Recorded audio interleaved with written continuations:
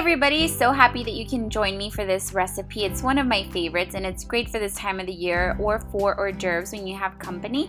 It's going to be the French baguette recipe, and if you find this video helpful, please click like and subscribe. And now let's get started. The things you will need are 2.5 cups of King Arthur's all-purpose flour. I love this brand. It's simply amazing. I will also be using some olive oil. You can use any kind of oil. You will also need a tablespoon of sugar, which is the bigger one for those of you that don't know, and a teaspoon of salt. I like using sea salt. You will also need 1 to 1.5 cups of warm or hot water. And lastly, active dry yeast. You will need this so that the bread rises. I do recommend taking a picture with you to the grocery store so that you get the right one. Now we're going to combine all of the dry ingredients.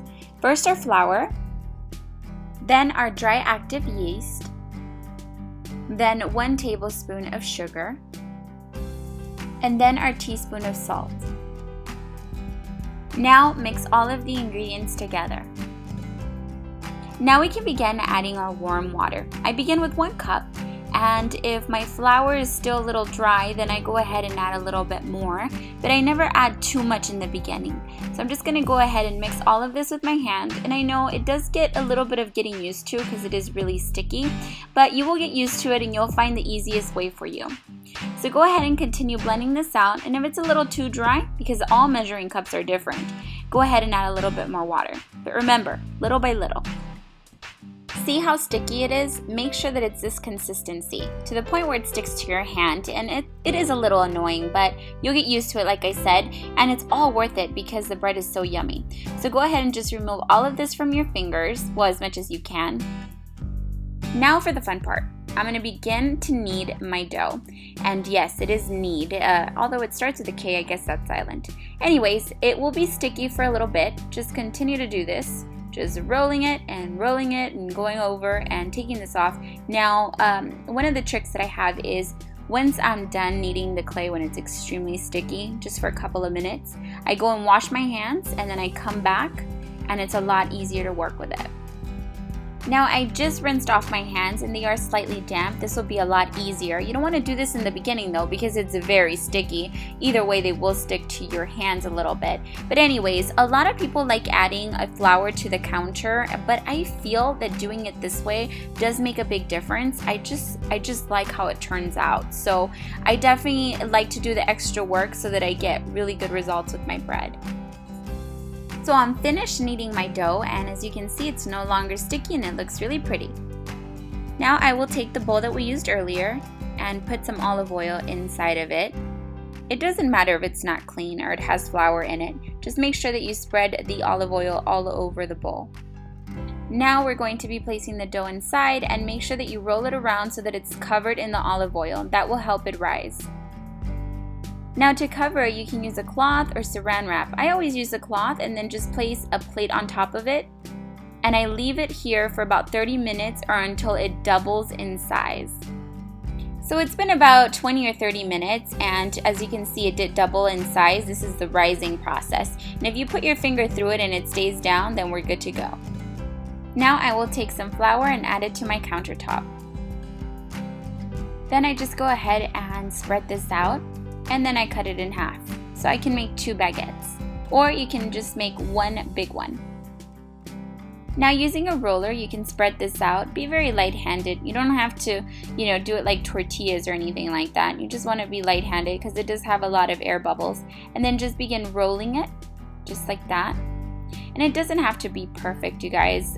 Just make sure that you close off the ends by pinching, and also these openings here by pinching it as well. Now I will add some flour to all of my baguette and repeat the process with the other baguette.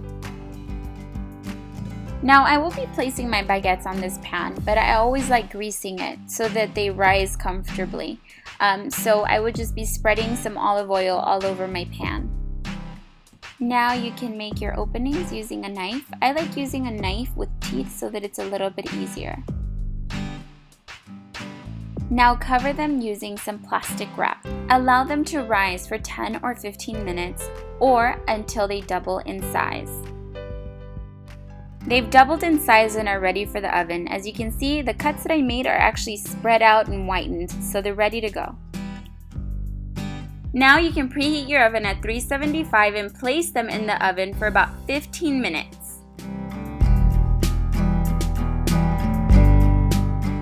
Now that they're out, they look delicious, and when I have a lot of family over, I go right on ahead and start cutting them while they're warm. But when they're going to be sitting for a day or two, I always like to let them cool off, otherwise they become hard. Now that they are cooled down, I go ahead and cut them, and I do use a bread knife, or you can use a knife with teeth because it does make it a lot easier. And this concludes our French baguette recipe. I hope that you guys make this a tradition in your family because it's a great tradition in ours, and it's perfect with wine, cheese, or just simply butter to make sandwiches. So if you guys give it a try, please let me know down below in the comments how it turned out, and if your family liked it. I love hearing your stories, and thank you all so much for joining me today. Make sure that you all come back tomorrow for a daily vlog, and you all be safe, happy, and don't forget to smile. See y'all soon. Are you ready to have some bread? Yes. Yes! Mm-hmm. All right, I have this piece ready for you. It's super soft and warm. Oh, how is it? You love bread, don't you? Non-stick? Non-stick or Greenick pancake maker. You think that works? Have you guys tried it, honestly? Be real with it.